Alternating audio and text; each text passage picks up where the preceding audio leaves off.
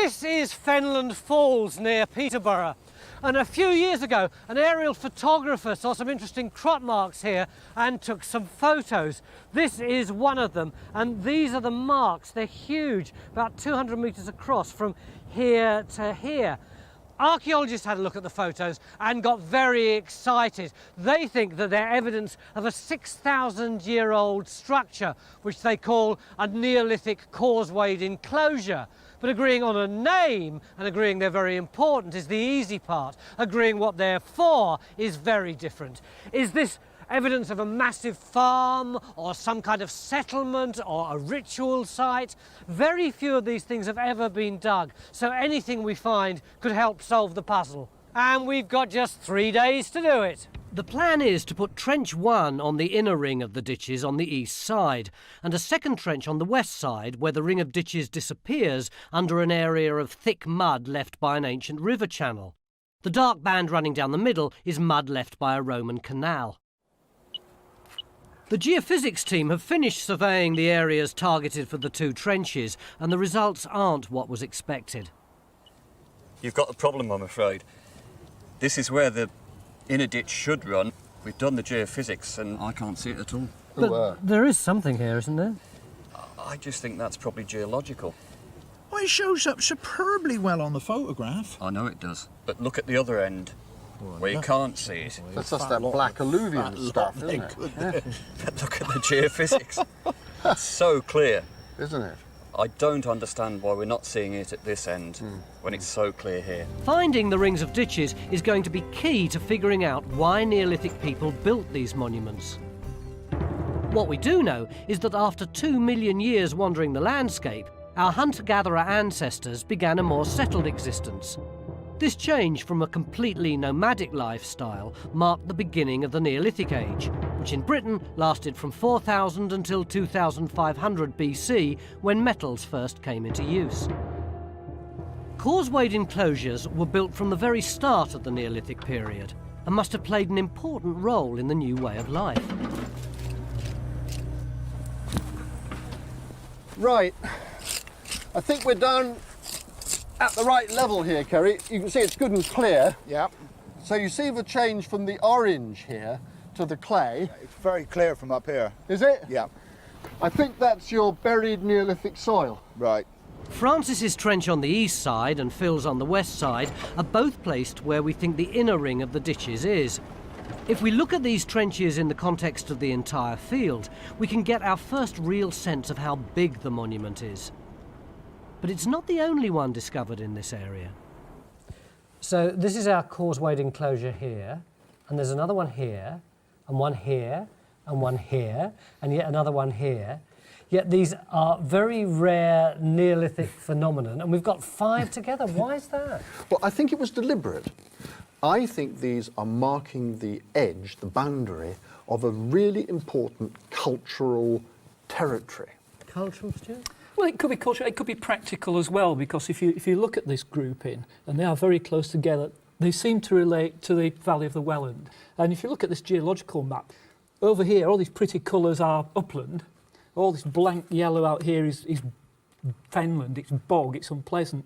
But all these enclosures occur where the Welland meets the bog, effectively. They're on this zone in between. So I think we've got to look at reasons why they all cluster together. So are you going to try and tie them all up for us? Well, I'd like to. I mean, it's a big task. I'm going to go and look at these locations for the causewayed enclosures we know about and see how they relate to the geography, how they relate to each other, see if we can somehow get back to the landscape of the Neolithic. Knowing when you found a ditch can be a bit tricky, as they are, after all, simply holes dug in the ground 6,000 years ago. It's quite ephemeral, though, the archaeology, isn't it, Phil? What do you mean, pretty vague? Yeah, basically. I mean, yeah, it is. It's very, very difficult to see. I suppose identifying it is just a result of observation and experience, really, isn't it? Subtle changes in the colour of the soil might be the only thing to indicate that you've come across one. And after a little more digging, that's exactly what Phil thinks he's got in Trench 2, along with some of the River Welland. What have you got here, Phil? We got the ditch. You have, haven't you? Don't look in that section because it's actually sloping up.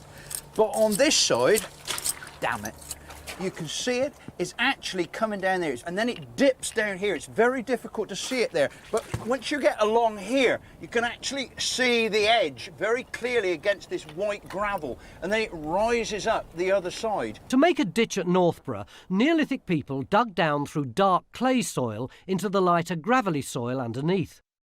We know from excavations at other causewayed enclosures that they placed important objects into the ditches. Then soil from the banks was put back over them. This is what we call the backfill. When the ditch was no longer needed, the remainder of the bank would be placed back on top of it.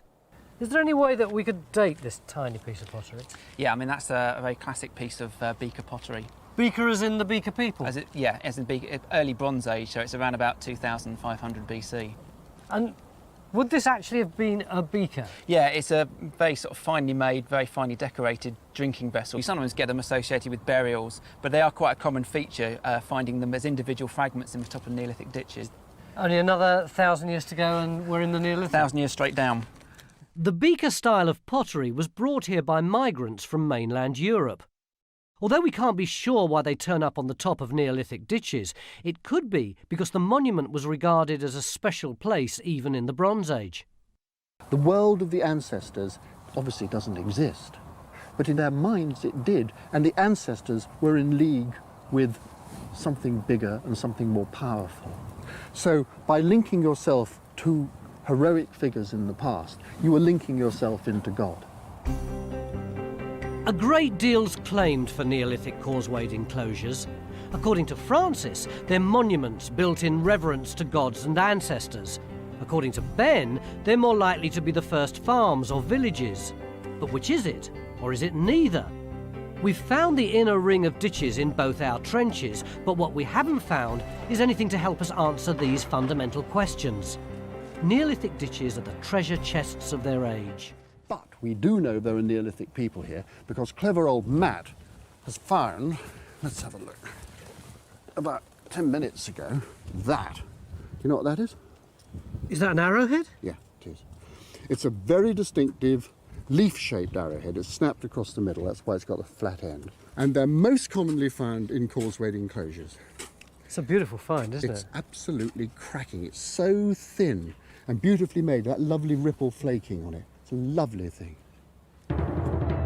So at the very start of day 2, we've got our first Neolithic find. Leaf-shaped arrowheads were made from the very early Neolithic period at around 4000 BC. This one was either broken while being made or during hunting. It was found outside a ditch in Trench 2 and was most likely just thrown away. The all-important placed objects will be inside the ditches. And now that we've found them, Francis helps Matt mark out an area to dig. We're digging the inside, that's right, yeah, so anything from the interior will be in this side of the ditch. I think it's going to be the best bit to dig. If these monuments were part of a transition to a more settled lifestyle, we'd expect to find evidence of a Neolithic village here. In Phil's trench, Matt has been digging down through the layers of a ditch. There's not a lot of finds so far, but one of them takes us back to the very beginnings of pottery. Well, it's not exactly the crown jewels, is it? Well, no, I think it is for the Neolithic. It's quite nice. We've got fragments of pottery come out here. We've got this little sort of rim with these decoration on it. And is that definitely Neolithic? Yes, it is. Yes, it is. That looks like it's a piece of Mildenhall ware. This is the first sort of pottery vessel that we see in the British Isles. It's quite coarse, and to our eyes it's very basic, but this is state-of-the-art domestic product for the Neolithic. And all these bits? We've got nice bits of fire-cracked flint, all that sort of crazy lines on it suggest it's been in the middle of a hearth, in the middle of a very intense fire. Where did all this come from? Well, we think we've got the end of the ditch here, so we concentrated on that. It's all coming from the top layer of it there, where all the charcoal and burnt daub was. If we get down in deeper, hopefully we might find some more meaty stuff. Mildenhall ware was made from about 3600 BC. They were round-bottomed pots, decorated with simple lines and dots on the rim and sides. This find gives us the first firm evidence the causewayed enclosure at Northborough was in use from the very beginnings of the Neolithic age. I think we've got what looks like the remains of a pot with some sort of burnt material in it. Ooh. Yeah, it's like sort of wet digested biscuit. Yeah, it's gone back to mud.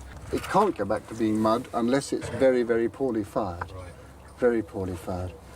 But is it actually on the bottom of the ditch? That's the bottom there. It's really hard. Yeah. So it's nearly there. Oh, yes, it's pretty well on the bottom, yeah. That's interesting. You've got a pot on the bottom of the ditch, near the centre. It's got charred grain in it. It doesn't look much now, but I reckon we're looking there at a deliberately placed offering. This is a forearm bone. It goes right there. Oh, right. And this, looking at it, has been split while the animal has just been newly killed. It's hit it with a rock or something right at that point and split this side wall of the bone off. Right. To expose all the marrow inside. And they used to eat a lot of marrow in those days, so you find a lot of bones like this. Is it being cooked? I would think not before it's had the side knocked off to get the marrow out, because that would cause the marrow to dissolve. So I think this has been done just after the animal's been skinned and butchered. Francis's trench is providing our first clues about what Neolithic people did here. The offering pot at the bottom of a ditch is evidence for Francis's ritual activity. But the cattle bones suggest there was domesticated cattle kept here, which supports Ben's view that this was a farm. As yet, there's not enough evidence to prove either theory. Stuart has now combined his knowledge of the Neolithic enclosures he visited with what we know about the one at Northborough. This is the best understanding we have of the monument in its landscape at the time. So it really is quite a lonely situation, surrounded by water channels with only a few dry land approaches to it at most times of the year. Very much so, yeah. I mean, one of the objectives we set out from here was to try and look at this monument against the background of all these other causeway enclosures here, of 5 in this grouping, which seemed quite unusual. If you look at these other enclosures, can you see up at Barham, its visibility is restricted in that direction. Can't see anything in that direction at all, but you can actually see in a cone down to the river. At Uffington, it's exactly the same. See how it collects the river, as it were, in that direction, but there's no visibility that way. So really they're all looking down onto sort of waterways, and Etna and Northborough are also in very watery situations, as we've just seen from Henry's reconstruction. Exactly. But do you think they're all contemporary, Stuart? My guess is that they are. I mean, one thing that makes me think that is the commonality of shape. They've all got this very strong oval shape. And what makes it particularly interesting that Northborough has actually got more rings than the others, and that's the furthest east along the Welland. And it just makes me wonder if that's kind of as far as they were reaching out, and this one had specific monumentality that they wanted to implant on the landscape. Phil's perseverance has been rewarded with an important last-minute find. Well, what do you got? Wow, what have I got? Gordon Bennett. Where did this come from? Oh, that's down in the bottom of the ditch there. This is the best bone we've had yet. Do you know what this is? Well, no, I wouldn't ask you if I did. No, you wouldn't. This is an aurochs. What? Wild cattle. It's the only one we've seen so far. This is incredible. This is a distal fit. It goes right there in me. It's about 4 times as big. This has never been domesticated. This is a wild animal through and through. How frequently do they turn up on causeway enclosures? Not very often, let's put it that way. It's a nice thing to find. It's very special. Well, you see, you know, you're kind of saying how important it is. The place where we found it is special. Why is that? Because it's right at the bottom of the ditch. It's right in the middle between the 2 ends. This did not happen by accident. This has been put here quite deliberately. It does seem just too much It's too much of a coincidence. That is too much of a coincidence. I'd better go and find some more. Made my day. Aurochs were hunted in the Neolithic period, but must have been quite a challenge to kill. They were formidable beasts, built like a Spanish fighting bull, but twice the size. At the start of our dig of the causewayed enclosure at Northborough, we had 2 opposing views about what Neolithic people did here. Francis argued it was a place for rituals revering the ancestors and gods, while Ben thought it was where Britain's first farmers gathered in their resources. So after all this archaeology, are you still convinced that essentially this is a big farm? Well, look, we've got enhanced magnetism in the ditches here. This is burning. This is debris and charcoal from settlement being dumped into the top of ditches. On the interior of the enclosure, again, the anomaly is raised by the burning here, so it comes out as yellow. The phosphates, too, show that we've got animals being driven into the enclosure. pulled outside and then driven in. So, you know, I think it's pretty compelling. Compelling? Superficially, yes, but the burning on the interior would fit beautifully with people using this seasonally, clearing off the vegetation and then getting on with their religious, activities. It does stretch credibility somewhat, doesn't it, to think that this huge earth monument with these massive ditches around it was built simply to be a farm. Well, not a farm, but a place where resources are pulled into. They dominated a wide area of this landscape. They are farming it, and they're bringing the resources back here. I just don't think you let your cows into church, do you? And you don't let them poo in church when they're there. That's the point, isn't it? Aren't you simply importing a theory which works well in other sites where they have found ritual deposits and sticking it here where they haven't found any?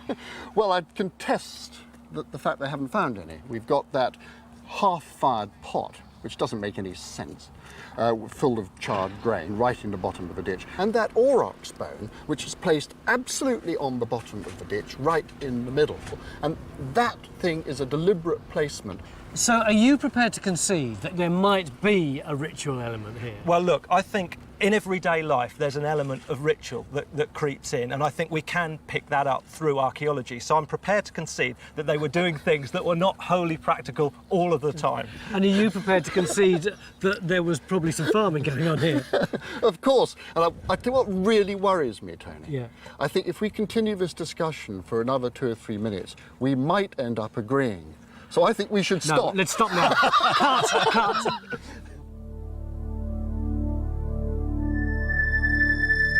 The causewayed enclosure at Northborough was the grandest of the group in the area.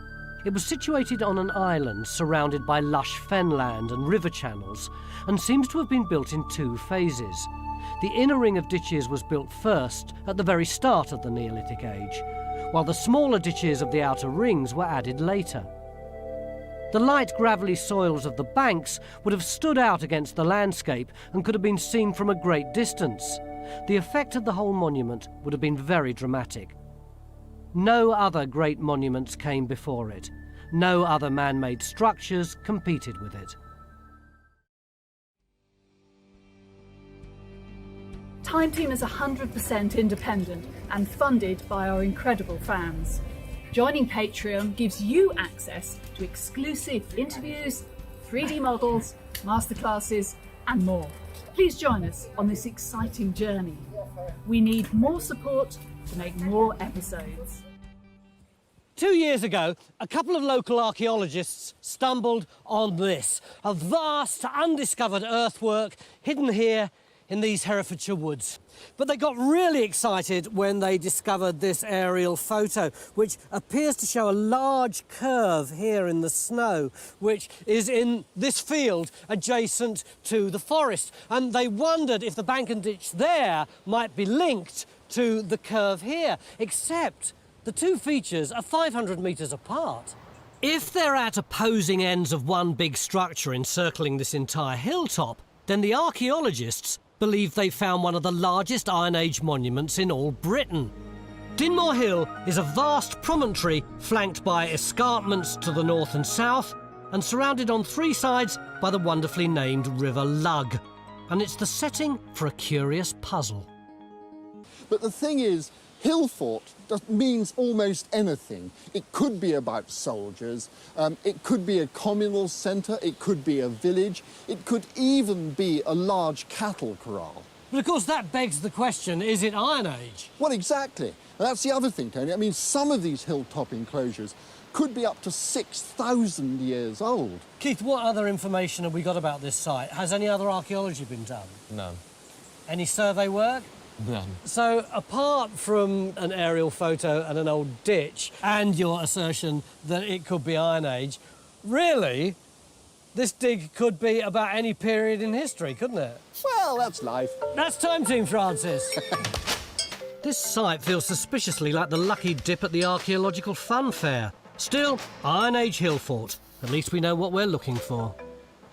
The purpose of hill forts is the subject of heated debate, but they do at least all have 1 or 2 things in common. A set of vast earthworks in one continuous circuit, usually with a couple of entrances and some houses or storerooms inside. So if we've got one here, it shouldn't be hard to miss. Except this site is more than 40 acres. It's huge. We've got our work cut out just surveying it, which is why John's recruited a small army of geophysics boffins to lend a hand. And there's no hanging about down at the other end of the site either. It's not even 10:30, and we already seem to be opening our first trench. I haven't even finished my tea yet. So what I plan to do is go down a little bit further, see if it's looking ditch-like, right? And then I'll double up the width and we'll go back about 40 metres. 40 metres? Well, there are basically two things we've got to discover, Tony. We've got to get the ditch, and then we want to go on the inside, because I want to get the very inside of the hill fort, if that's what it is. We're looking for the big ditch and bank we saw on Keith's aerial photo.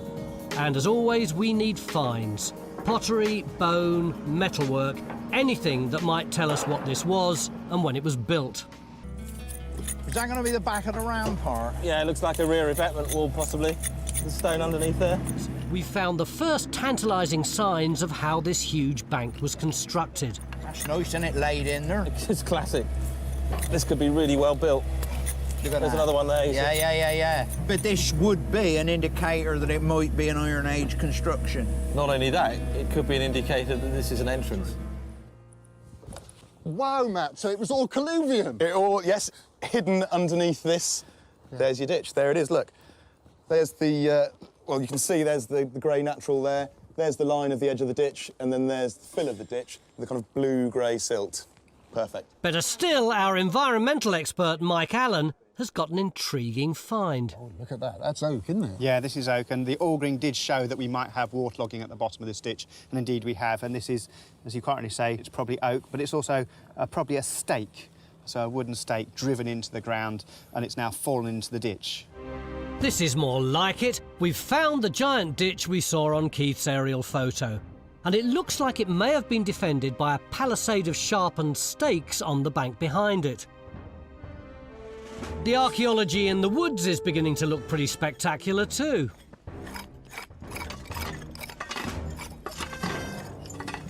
Wow, that's fantastic, Phil. You've got real stratigraphy there. I know, it's a cracking section. So you've got at least 3 phases, possibly 4. It's a very, very complicated story. Yeah. But the best, if you like, is yet to come, because here's the back of the rampart. Look at these stones tipping down like that. That's the back of the rampart, and it's separated by this. It's a solid stone wall. This is great stuff. Evidence of phases indicates that whoever built this bank came back to reinforce it again and again over some considerable time. More importantly, it looks like there may have been a wooden palisade at this end of the site too. But whether these are 2 sections of one continuous earthwork that encircled the top of this hill, we don't yet know. And when you start to look at the physical evidence that we've got, it's very interesting. Now, this is where Phil's digging just here. We can see the bank and ditch. It comes through the woodland down there. It's very well preserved, but no evidence at all of it coming round here, as you would expect with Iron Age hill forts. It doesn't happen here. And when you look at all hill forts, they've all got continuity of defences around circuits. That's a very common thing. Absolutely no evidence that's ever occurred at all. What do you think it is? Well, what we've got, I think, coming across here, first of all, is something called a cross-ridge dyke. Now, this is a sort of land boundary. This is Iron Age? Well, they can be used in the Iron Age. They often actually predate the Iron Age. It can be Bronze Age in date and continue to be used through into the Iron Age and even beyond that as boundaries. The postulation was that that was one large hill fort coming all the way around here. There's no evidence these features come back along here. If you look at the aerial photograph closely, can you see that bank and ditch, which was extant in 1946 when this photograph was taken, actually turns a corner and comes back round here. There's absolutely no evidence it continued towards the escarpment edge there. Have you told the others yet? Not yet. You can do that for me Can't if you wait like. for that. We may be splitting into opposing factions, but at least Phil's happy. He thinks his ditch is one of the most impressive bits of prehistoric archaeology he's ever seen.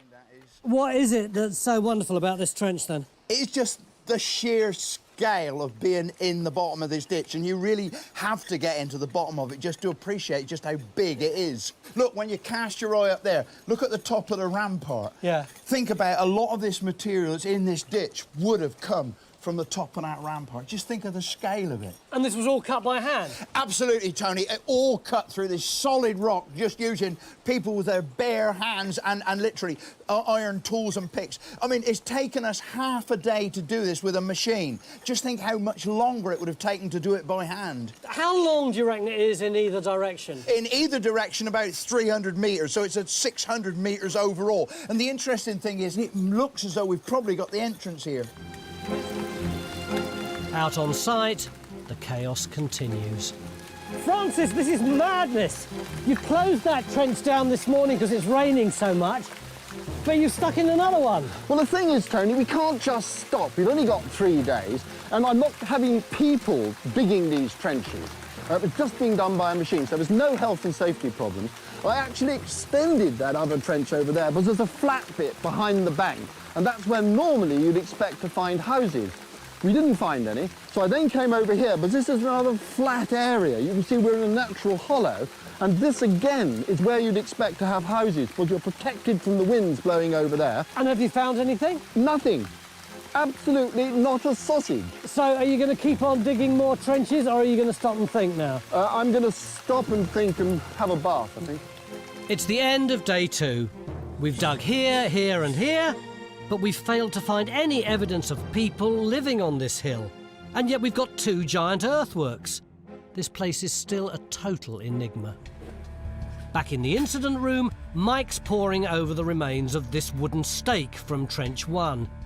Painstaking microscopic work like this tells us as much about this site as the big archaeology does. The woodland isn't just a load of trees, it's a resource which they are using and utilising. So from this little piece of wood, we can suggest there's quite a complex, organised society somewhere out there managing the woodland for construction. If Mike's right, the people who built the earthwork were also coppicing trees to produce wood for fencing and cutting back trunks for bigger timbers. Back on site, there's no sign that the earthwork continued through our new trench. Phil's face says it all. Oh, Ian, hold on a sec. Well, I think we're just getting to the top of the natural there. Can you see the grey? Can you show me exactly where we are then? We've put the trench in what we think is the break, the entrance here. This has to be a ditch. Whether it's Iron Age or not, that's up to you. If we can complete the circuit, we'll have proved beyond reasonable doubt this was an Iron Age hill fort. With just 5 minutes left, we haven't got long. Really? The issue is whether this is actual, real edge. Could be. No, it's not. Is it collapsed? Oh, hang on, no, that is. Is that hard? That's real. Okay. That's it. That's the edge there. It's 6 o'clock. It's been tough, wet and muddy, but our time's up. Oh, you got something? Yeah, well, the geophysics showed this huge ditch coming along here with a break in it just in front of me. And that's what we've got. I'm standing in the terminus of it here at the end, and you can see it's massive, cut straight through the bedrock. Do you think that this ditch aligns with the other ditch that you were digging down there yesterday? Yeah, it does. We've clearly got it in the geophysics going straight through this field, then curving off around there. Francis, it's been a site all about ditches. It has, Tony, and what ditches.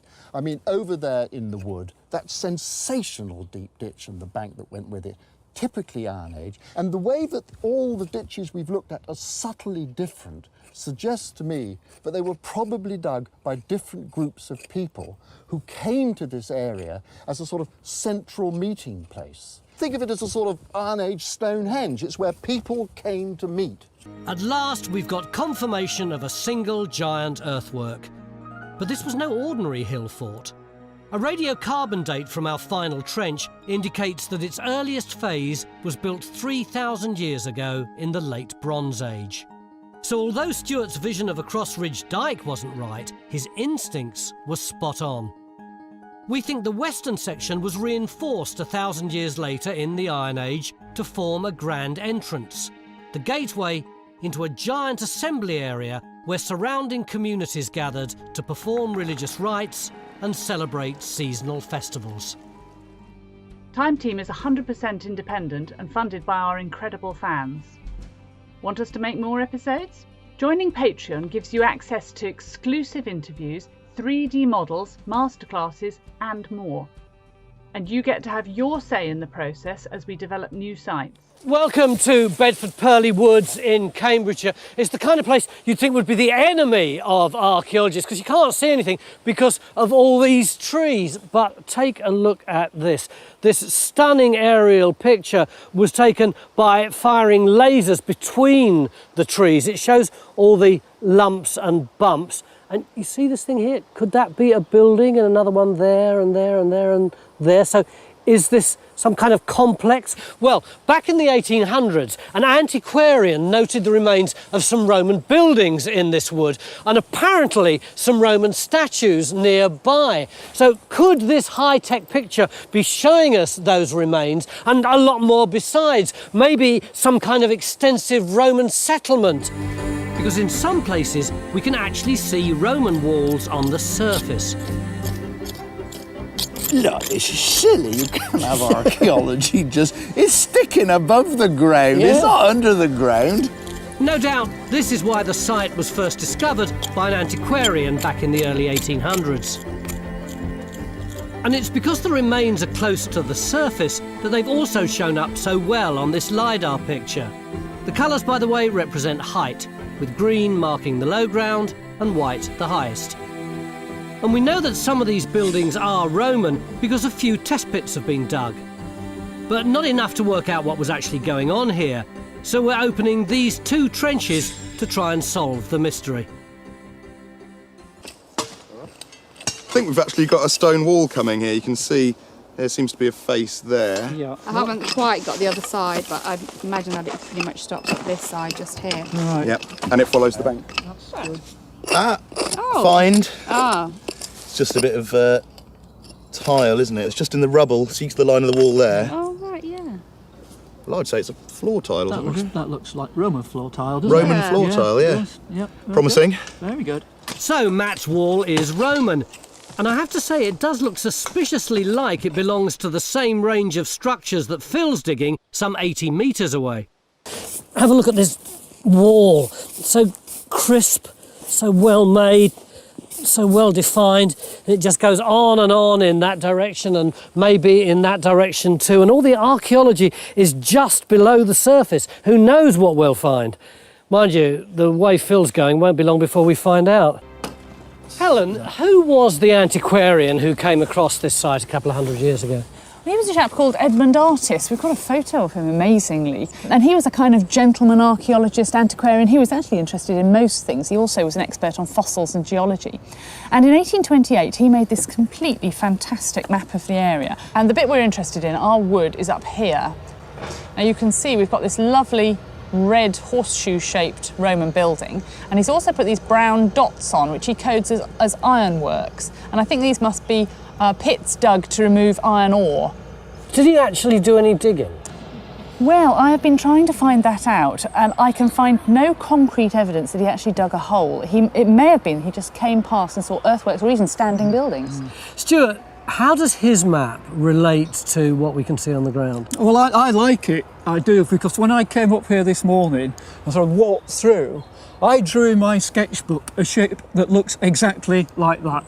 This thing would have been visible when he drew it, it's still visible now. Isn't it a bit bizarre, though, that he's drawn this horseshoe building, bits of which seem to go under the road? Well, I mean, it's possible that when he came here that he could still see remains of bumps going under the surfaces of the road, as it were. But whether they carried on into this field, we'll never know, because if you look over there, it's been quarried out and now it's being used as landfill, so we'll never know whether these ranges actually extended into that area.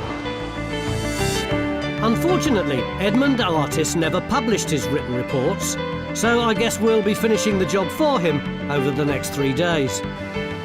And it looks like Geophysics may be able to help.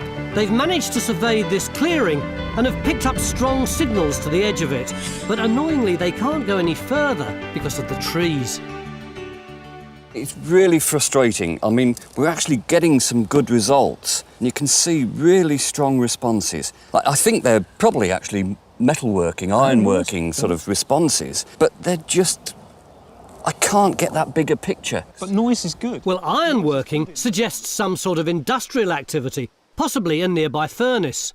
It could also help explain all these pits dotted around the site. What we really need actually is a Faye? pen. You got a problem? Well, not really a problem so much as we've got a load of rubble coming up again, just like Phil's trench, and what I need to know is whether I can get the machine in, take this down further, or whether you want us to do it by hand. Well, I think your problem is the root, isn't it? This is a national nature reserve, and we've agreed that we won't cut any roots more than 1 centimetre thick. Good news for the trees, bad news for Faye. So we can take out all the little rubbish, but just leave the one. Little rubbish. All this stuff that's vital for the growth of the trees. But Faye's going to have to dig it by hand. Am I digging underneath this big root then? Well, you have to. That's that's going to be interesting, isn't and it? you'll have to do it by hand, I think. Meanwhile, Matt's trench has done its job. It's shown that the Roman buildings extend along here and are all part of one settlement. So we're closing it down and packing Matt off to investigate this large earthwork. It appears to be a building that stands alone, which might mean it's important. But again, gardening comes before archaeology. So, as Matt gets his new trench started, I'm wondering if all the walls and tiles we're discovering means our mystery settlement is a Roman villa, exactly as Edmund Artist predicted back in 1828. So this is an original copy of the artist book that I've been looking at photocopies of. That's right, yeah, it's an original copy. And Artist certainly knew Roman. This massive villa was dug by him at nearby Castor. The artist talks about Castor as a major villa, where he looks at Bedford Purlieus as a second-order villa. And that's a bit confusing, really.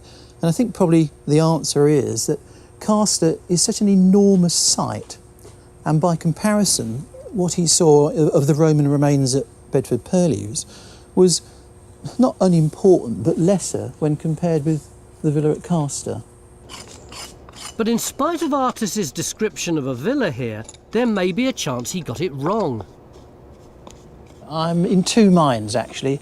It looks as if it could be a standard Roman villa, but the plan is suspicious, and I suspect the linking with ironworking is very intriguing. Right. This is some stuff we found down the road, just in a cutting, and you can feel the difference in weight. Look at the colours. I mean, I could spot that as iron straight away. Exactly. It's very different to that, isn't it? This will occur in bands underneath this and stuff, so you've got to get this overburden off. You've got to get through this potentially to get like that, have you? Exactly, right. yeah. With so many pits to check, it looks like Roger will have his work cut out. But what I find most surprising is that we could have so much industry close to what we suspect is a villa. Interestingly, we're getting evidence that people lived and cooked in the buildings Phil's investigating. Cracking. Absolutely fantastic, isn't it? Cracking. What's it like on the other side? Get some of that muck off the other side. Oh yeah, that is some pot, isn't it, really? I mean, look, you're gonna... fantastic, isn't it? This mortarium would have been used for grinding food like corn or maize to make bread, and it suggests that we could be close to a kitchen. Look at all this. Brick and loads of tile. It's fantastic, Nick. This is hypercaust heating flue tile, look, with the marks on it where the plaster sticks on. You've also got lots of roofing material. These are the clay tiles off the roof, one like that, and then a curved one over like that. So, you know, it's all looking much more like a sort of high status building than we thought. Is that painted plaster? Yeah, you've actually got stuff with patterns on it, look, and red patches, and there's even more coming out where Matt is. You've got more of it there, haven't you? There's actually a piece there in the top of this rubble layer with a black painted line across the top. You've got the trench of the day without any doubt, haven't you? It's coming up with the goods, isn't it? So it looks like we could have found the first evidence of a fancy villa here in Matt's trench. We could be thinking about, we've got industrial activity here. You know, it's either some furnace or some oven or something like that, a kiln or something. That's why we put the trench here. We wanted to know what was going on the inside of the building, and you've nailed it. You've got something that's giving us activity inside the building. What on earth is that then, Anthony? I have no idea. I've been trying to unravel it for the last 10 minutes. But as the end of the day draws near, it looks like it's Phil's trench that's turned up the most intriguing find so far. Has that been worn by a rope? round the Well, top? no, I don't think so. Is it a very weathered piece of a statue? Is that an arm going? Ah, well, there you go, you see. I mean, it does make you look. Wonder whether that is some sort of an arm down there, isn't it? Yeah, I mean, You got something, guys? look like an arm. Well, we've got a nice piece of what appears to be possibly a bit of carved stone. Well, yeah, but what you can't see, Tony, is that round here, Yeah. it does look like an arm. It really does. I wouldn't mind. If it's Roman and it's carved stone, that would be a big one for us, wouldn't it? Yep. You were the one who was saying, oh, it's very rare to find things like It this. is very rare, but we have our occasional moments. Yeah. Don't you wish at a moment like this we were 19th century antiquarians? We could just tip it out, we'd actually find out what it is. What, rip it out without bothering about the archaeology? Can I point out that thankfully we are not 19th century archaeologists, we are responsible 21st century archaeologists. We want to do this properly. Have you got no sense of tradition? Basically, Phil's telling us to clear off and come back when he's ready to lift this piece of stone, and crucially, when we'll be able to see the other side of what he's uncovered here. Meanwhile, carefully placed in between the ant's nest and the deadly nightshade bushes, Matt's trench is revealing the first glimpse of some sort of posh structure. You can see the mortar there. Yeah, coming up, yeah. Yeah, look, there's the edge of another one there. Yeah, yeah, well, that could be a lead into a flue or something. So this would have formed some kind of floor heating or something like that? Yeah, if it's a hypercourse, yeah, they sort of peli within the room itself. It begins to look ever more structural. So what's it actually doing? Well, what it's doing now is shining X-rays onto the rock, and the different elements in the rock will sort of reflect those X-rays back. Mm-hmm. And if we look at the intensity of them, we can say what's there and how much is there. Right, so that's nearly 50% there. Good solid iron, that, it is, isn't it? absolutely. I That's mean, that's mining. almost pure iron oxide, really. If you look here, Stuart, look, we've got almost 2% manganese. What's significant about manganese? Well, manganese is one of those things which really helps slag form. It helps slag form, it helps it flow. Oh, I see. You see, and iron smelting is not just about making iron. If you can get your slag to flow nicely, it means your furnace keeps working, doesn't get all clogged up. So this is fantastic ore, not just for its iron content, which is very high, but also the other bits and pieces in with it, the other elements in with it. Manganese, fantastic ore to smelt. Having established that the pits with the spoil heap around them are to do with mining for iron ore, we now want to check one of the other shallower pits, which could have been dug for a different purpose. Meanwhile, over at the posh end of the site, Matt's now extended his trench over the bathhouse and is making quick progress. But ideas are changing. There are several things, actually. I mean, one is that the orientation is wrong. It doesn't look like the plan of a villa that I recognise from elsewhere as a standard courtyard villa. The new theory is that this bathhouse is not part of a Roman villa, but built for a manager or overseer who was looking after the ironworks here. Is it possible that we're looking at some overseer here who's working on behalf of the state? Right. And the state, of course, I think, have a very, very large presence in the building underneath Castor Village. Oh, yes, yes. And it could be some procurator there who is not only superintending Fenland estates, but ironworking estates as well. Yeah, And how far is Castor? Castor's fantastic, because it's only a few miles away that way. And this was also excavated by our antiquarian. Artist spent many years excavating at Castor, where he found enormous building complexes underneath the modern village. It's a good idea. Our site, controlled from Castor, could have been one of several iron production centres situated on the outskirts of Dura-Brive, the main trading centre in the region. Ermine Street, the M1 of its day, literally ran through the town, and with the River Nene close by, iron could have been dispatched by road or river to almost anywhere in Roman Britain. And if this bathhouse was for an overseer, it looks like he lived in fine style, judging by these chunks of painted plaster that show the colour scheme of the walls of this building 1600 years ago. It's a stark contrast to Phil's trench, where there's no sign of painted plaster or luxuries like underfloor heating. But we did find what looked like a carved stone here yesterday. And now that our experts have had time to carefully examine it, I'm curious to know what they think it is. It's a stone. A stone? A stone. But not just any random stone. Phil thinks it's been definitely shaped for some purpose or other. Take a look at this one here. Now that was found just outside in the angle of the walls there. Yeah. Look how that ordinary stone has been used as a whetstone to sharpen tools. And it just goes to show that every stone you find on a site like this, you have to look at it, think about it to make sure it's not an artefact. Thanks, I think that's a very good lesson to learn from someone who was sure that was a statue last night. It looked very good at the time.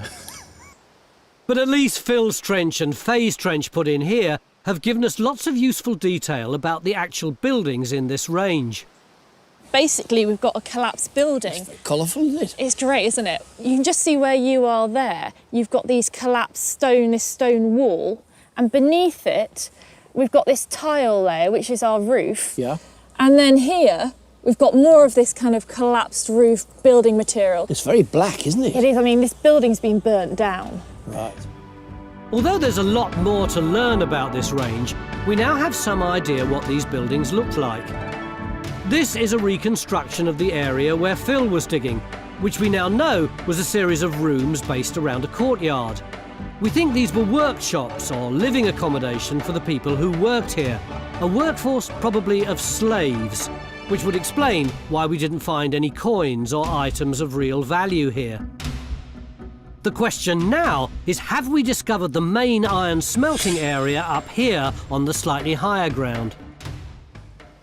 Time's ticking away, and Mick has called me urgently from over here somewhere because he desperately needs Roger, our man with the suitcase. What's the problem, Mick? We've got some material down here that we're not quite sure what it is, and we need you to look at it, Rog, and tell us, because we think it might be bloomery stuff, in which case, you know, we're in a furnace, but it may not be, maybe just slag. What can you see there? Well, when you feel it, it's very, very dense. Yeah, it is, certainly is, yeah. It's also quite porous. It doesn't look like slag. I mean, could it be the bloom? It's either that or roasted ore. Let's have a look, see what you've got. Now, this is what I call a real expert. Someone who'll look at a lump of crud like this and tell you what it is. I would be thinking more towards roasting hearth, having looked at that. So that means you can really take all that out then, doesn't it? So we can get on? Yeah.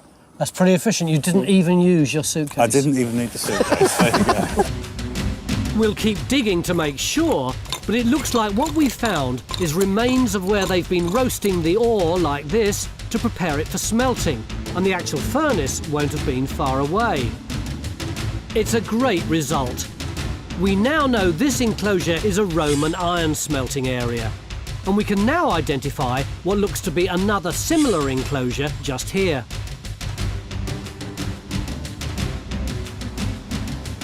But with time almost up, how does our posh bathhouse fit into the story? We know we have a building that collapsed when the site fell out of use in the 4th century, but it's proving tricky to interpret. Sorry, could I just... there appears to be another stone on top of this one, which makes me think perhaps we might have a robbed wall as opposed to floor. So, so there, that's a wall, not a floor? Yeah. So I'm on the wall now. Good, so you're on the wall, yeah, and I'm inside. But I'm still over the floor of another room. Possibly. So you've actually got a wall running with... That still means that could be a door jam, and that looks like the corner where there was a door. So there's a room there, and there's a room there. But no wall. Wall has gone, robbed away.